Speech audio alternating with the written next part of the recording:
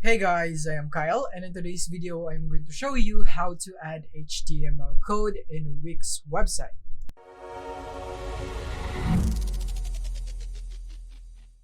Alright, so now here we are on Wix, and this is very easy right here. So all you have to do is go into wix.com and then you make sure that you're currently logged in.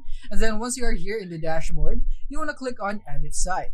And then once you are here, you will be prompted here into your site builder. And then as you can see, it's currently loading. And let's just wait for it to load right here. It will be very, very quick. So yeah. So now here we are on the site builder. So from here, what we're gonna do next is click here on this button, Add Elements.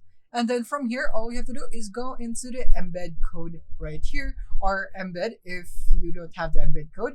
And then from here, you would see the embed HTML. And all you have to do is click on Add to Site. And then from here, you can just go and place your code right here, your website address, or so on right here, whatever you need. And you can resize this however you'd want.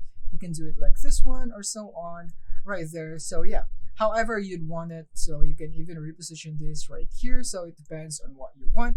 And that is basically it in a quick tutorial on how you can put an HTML code in your Wix website. Thank you for watching.